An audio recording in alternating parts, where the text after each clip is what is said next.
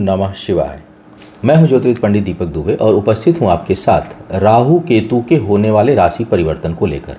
क्या होगा, इनका प्रभाव करेंगे, इसके ऊपर चर्चा। लेकिन उससे पहले बता दूं अपने दर्शकों को कि जो यह राशि परिवर्तन मैं बताने जा रहा हूं, यह लग्न राशि पर आधारित है।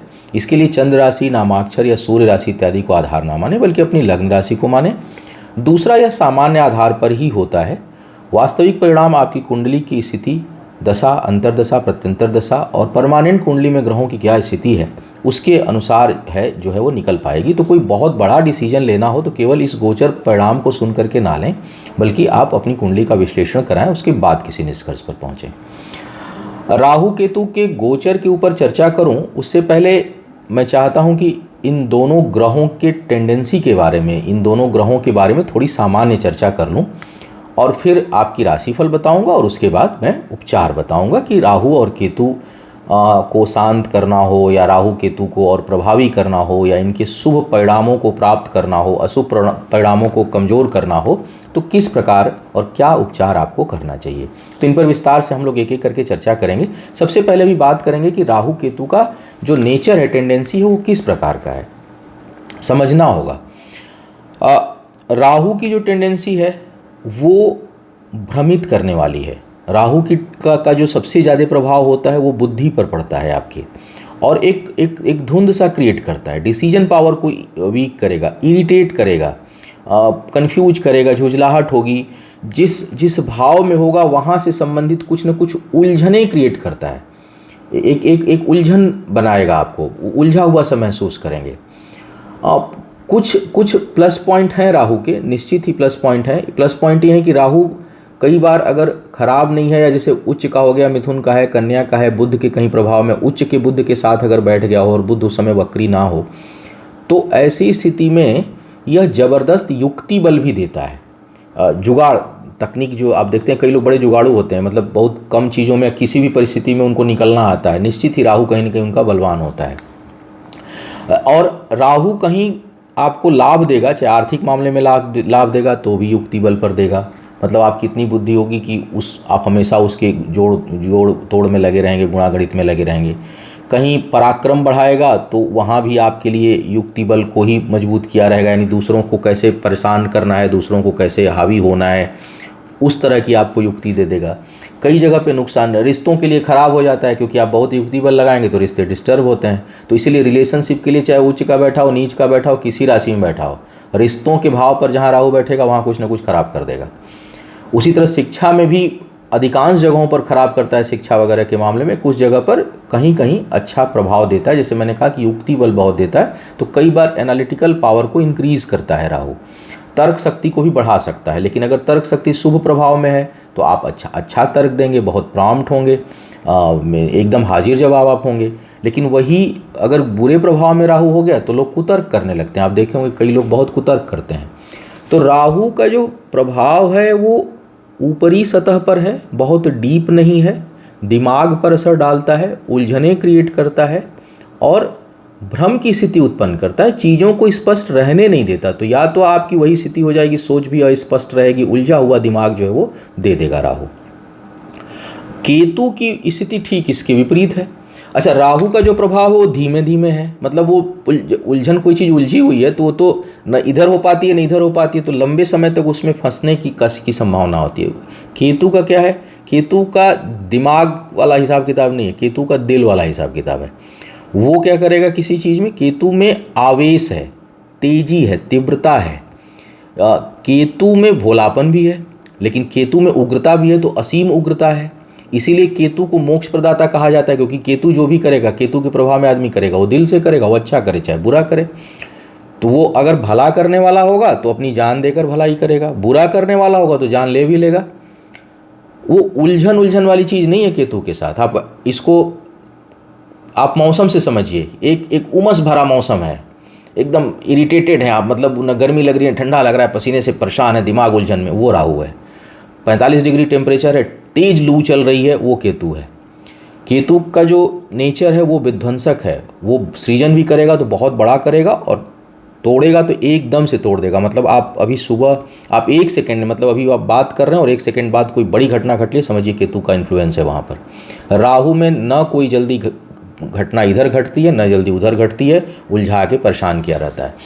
तो राहु और केतु जहाँ भी जिस भाव में होगा उस भाव में बहुत या तो अधिकता ला देगा या बहुत कमी कर देगा। वहाँ की चीज़ों की महत्वाकांक्षा और इच्छाओं को बहुत ज़्यादा बढ़ा देता है, क्योंकि आदमी दिल से सोचता है तो एकदम उसी में डूब जाता है।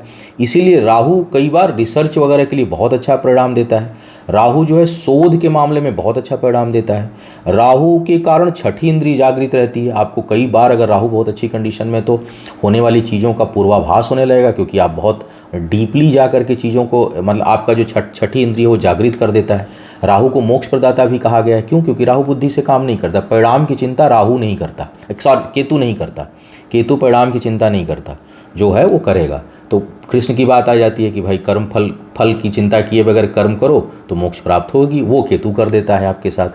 तो केतु दिल से काम करता है, बुरा भी करेगा दिल से करेगा, अच्छा भी करेगा दिल से करेगा, इसीलिए केतु मोक्ष का प्रदाता हो जाता है।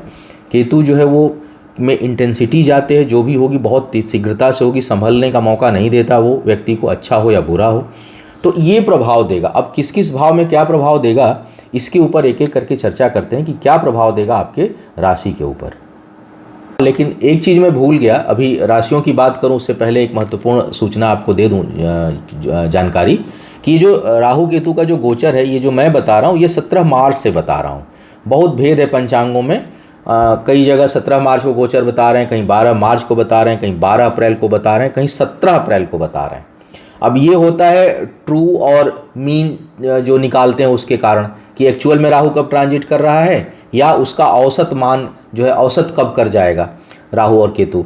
तो इस कारण भ्रम की स्थिति उत्पन्न हो रही है। और इतनी टेक्नोलॉजी आगे होने के बावजूद मैं देख रहा हूँ कि अपनी डफली अपना राग अधिकांश लोग बनाए हुए हैं। दृक पंचांग को लीजिए, एस्ट्रोसेज को लीजिए, तो वहाँ पर जो ट्रू का है वो तो इक्वल है, लेकिन 12 से दिखा रहा है। लेकिन जब कुंडली आप बनाइए दृक पंचांग पे जाके और एस्ट्रोसेज पे, तो वहाँ राहु केतु को 17 मार्च को ही जो है वो तुला में और उसमें दिखा रहे हैं। फिलहाल जो मैं सॉफ्टवेयर यूज करता हूँ और जो मैंने अपनी चीज़ों से देखा है, समझा है, और दृक पंचांग वगैरह को देख करके और जगहों पर देख करके, वो 17 मार्च को मैं मान के चल रहा हूँ कि यह गोचर 17 मार्च से हो रहा है, राहु और केतु का गोचर मेष और तुला राशि में। तो यह सूचना देनी थी। अब बात करते हैं एक एक करके आपकी राशियों पर क्या होगा प्रभाव। अब बात करते हैं कर्क वालों की। कर्क लग्न जिनकी है उनके लिए अगर देखा जाए इस प्रभाव को, तो आपके 10वें भाव में राहु आ रहे हैं और केतु आ रहे हैं आपके सुख स्थान 4th भाव में। राहु की उपस्थिति 10वें भाव में, जहां कार्यस्थल पर कुछ अप्रत्याशित युक्ति के बल पर उन्नति देगी, वहीं पर यह उलझने भी देगी। उन्नति जो होगी वह स्पष्ट नहीं होगी, मतलब सीधा और सही तरीके से नहीं होगी। हो सकता है कि आप युक्ति का प्रयोग करें। कई लोगों को आप काट के छांट के, जैसे होता है ना कि ऐसे ऐसे काट करके आप रास्ता बना करके आगे निकल रहे हैं, तो उस तरह से करेंगे, लेकिन उसमें कई लोग घायल भी होते हैं, कई लोगों को चोट भी पहुंचती है मानसिक रूप से, शारीरिक रूप से। तो वो प्रभाव आपके ऊपर रहेगा, यानी उपलब्धियां तो हासिल करेंगे लेकिन शत्रु भी बहुत बनाएंगे।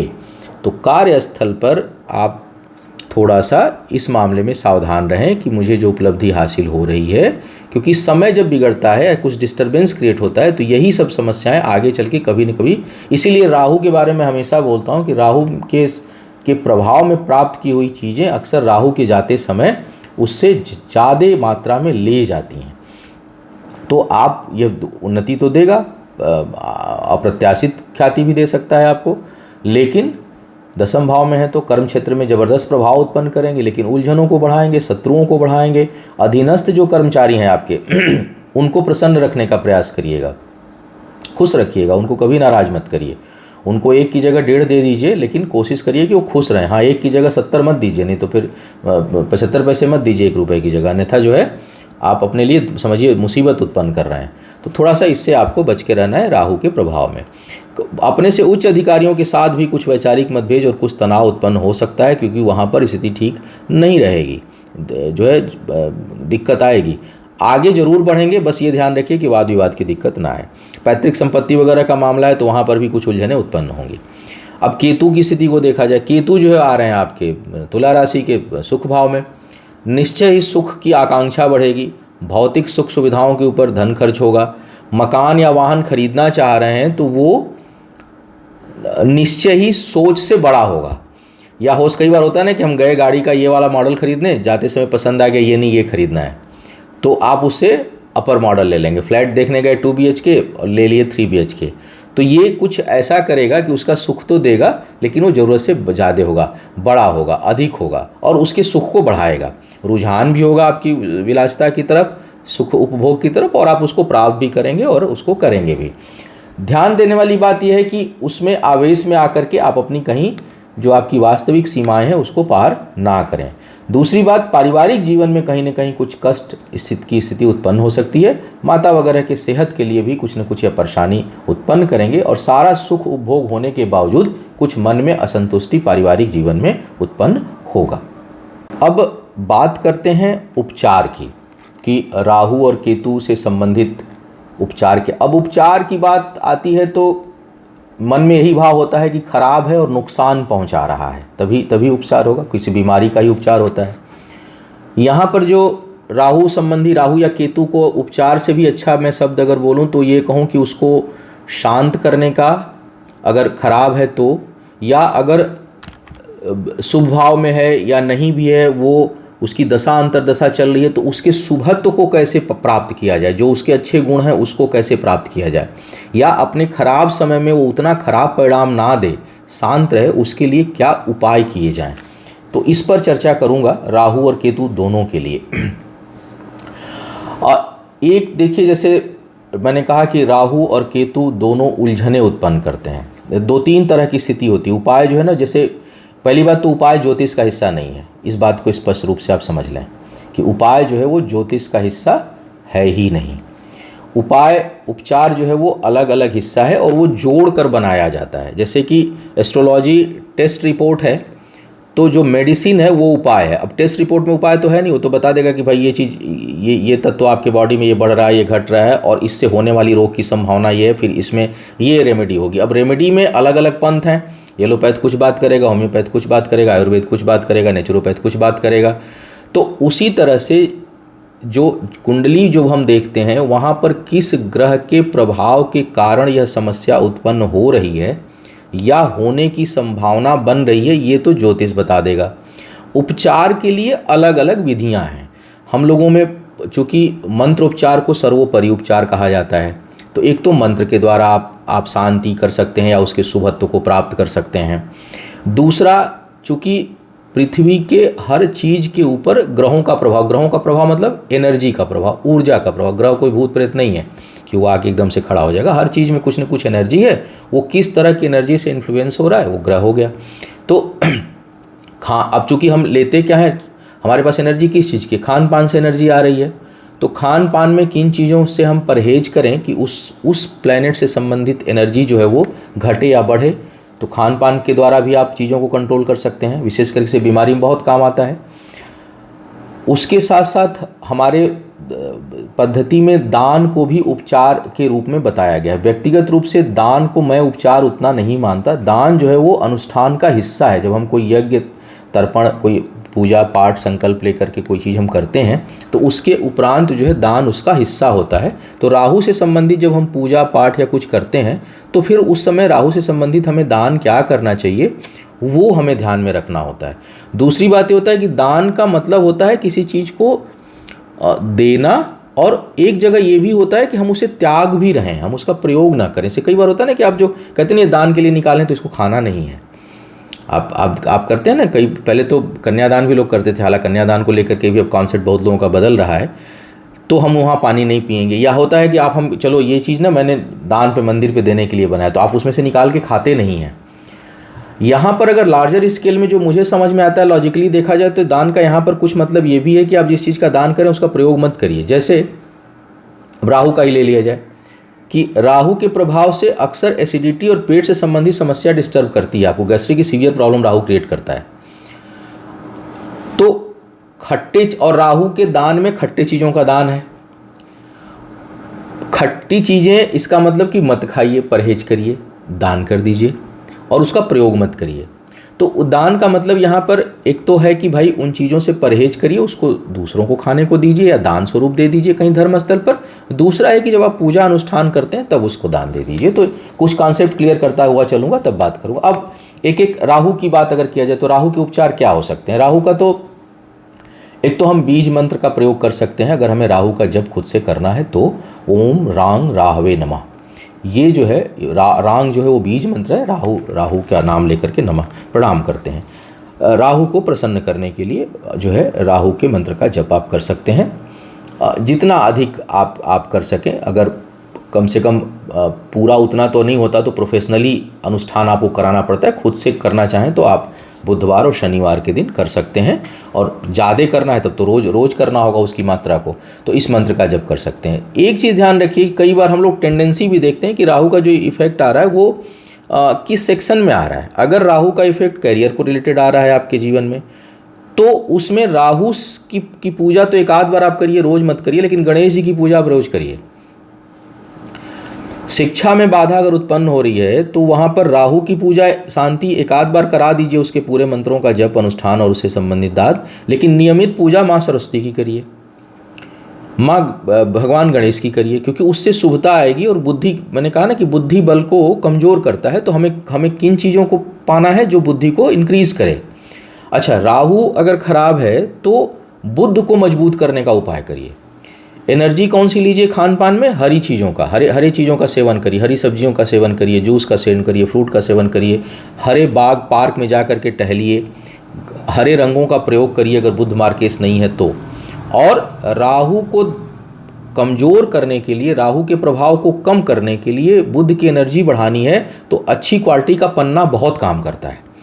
बस ये ध्यान रखिएगा कि कर्क लग्न ना हो, क्योंकि कहीं कहीं बुध बहुत इरिटेट करते हैं। अगर शत्रु के साथ संबंध हो जाए तो, शत्रुवत हो जाए तो वहाँ परेशान करेंगे, फिर वहाँ काम नहीं करेगा ये। तो ये रत्न पहनते समय हमेशा जो है वो ये ध्यान रखिए कि हम किसका पहने। लेकिन एक सामान्य चर्चा चूँकि कर रहा हूँ, इसका मतलब ये नहीं कि सभी लोग पन्ना तुरंत धारण कर लें, थोड़ा सा कुंडली का विश्लेषण करा लें उसके बाद लें। लेकिन पन्ना बहुत काम, यहाँ मैं उपचार की बात कर रहा हूँ तो ये बात बोलूँगा कि पन्ना बहुत काम करता है। जनरली गोमेद, कहीं राहु बहुत उच्च का होकर के बैठा है आय के स्थान पर, पराक्रम के अनुष्ठान पर या दशम भाव वगैरह में, तब गोमेद सूट करता है राहु की दशा में, आपको जो है अप्रत्याशित लाभ दे सकता है। अन्यथा गोमेद राहु की दशा में अवॉइड करें। मैं देखता हूं कि कोई भी लग्न हो, कोई भी राशि हो, राहु की दशा चल रही, बहुत से लोग तुरंत गोमेद रिकमेंड कर देते हैं। गोमेद पहनना नहीं है, हर जगह राहु की एनर्जी को बढ़ाना नहीं है, हर जगह राहु की एनर्जी को नहीं बढ़ाना है बल्कि उसको शांत करना है। तो गोमेद आप पहनिए नहीं, बल्कि पहनिए पन्ना, और बहुत एक्सेप्शनल केसेस में गोमेद धारण करना चाहिए, अन्यथा गोमेद दान कर दीजिए। शनि मंदिर पे दान कर दीजिए, गणेश मंदिर पे दान कर दीजिए, ले जाकर के दान कर दीजिए बुधवार को या शनिवार को। राहु संबंधी दान जैसे मैंने कहा खट्टे पर, बाकी सब शनि संबंधी दान, काला कपड़ा, काले तिल, उड़द, ये सब चीज़ें जो है राहु से संबंधित है। फलों में खट्टे फलों का प्रयोग आप राहु के दान संबंधी कर सकते हैं। और इसमें सबसे जो कारगर होगी वो होगी राहु शांति के लिए पूर्ण अनुष्ठान, उनकी पूजा, और उसके साथ साथ भगवान गणेश की पूजा अगर बहुत बाधा आ रही है। राहु कहीं वाद विवाद, कहीं मारक की स्थिति में उत्पन्न हो रहा है, कई बार बहुत खतरनाक हो जाता है, वैसे में काल भैरव की उपासना करिए। भैरव की उपासना, भगवान भैरव का दर्शन बहुत लाभकारी होता है और राहु के प्रभाव को कमज़ोर करता है। केतु की बात कर लिया जाए, केतु में जो कलर यूज होता है वो मल्टी कलर यूज होता है। जब केतु में दान होगा, इसलिए केतु के दान में कंबल बताया जाता है, कई कलर हो, मल्टी कलर हो, वो कर सकते हैं। बाकी चीज़ें काली आप कर सकते हैं, काली चीज़ों का प्रयोग कर सकते हैं। साथ ही साथ अगर केतु में बर्तन वगैरह करना हो तो कांच का करिए, ग्लास, जो शीशे के बर्तन होते हैं उनका दान जो है वो, खट्टे फलों का दान आप यहाँ भी कर सकते हैं। केतु के प्रभाव में केतु से संबंधित ओम कें केतवे नमः मंत्र का जप कर सकते हैं आप रेगुलर। केतु का पूर्ण शांति अनुष्ठान करवा सकते हैं। केतु संबंधी दान मैंने बताया कि सब राहु की तरह ही होता है, लेकिन केतु उसमें कपड़ा जो प्रयोग करें वो मल्टी कलर कपड़ा प्रयोग करें। केतु की दशा अंतर्दशा हो तो उन मल्टी कलर के कपड़े का प्रयोग खुद ना करें। केतु के लिए जो धातु है, जो क्षमा करिएगा, जो रत्न है वो कैट्स आई है, लहसुनिया कहा जाता है। उसको भी तभी आप पहनिए जब केतु बहुत शुभ भाव में हो और एकदम कीर्तिदायक स्थिति में हो रहा हो और बहुत लाभ देने वाला हो। अन्यथा लहसुनिया का दान करिए। और केतु की स्थिति में भी पुखराज ज़्यादा काम करता है। केतु अगर मजबूत हो तो मंगल के रत्न को मत पहनिए, मूंगा वगैरह, वो उतना कारगर नहीं करेगा, बल्कि वो झटके से अगर नुकसान है तो और तगड़ा नुकसान करा देगा।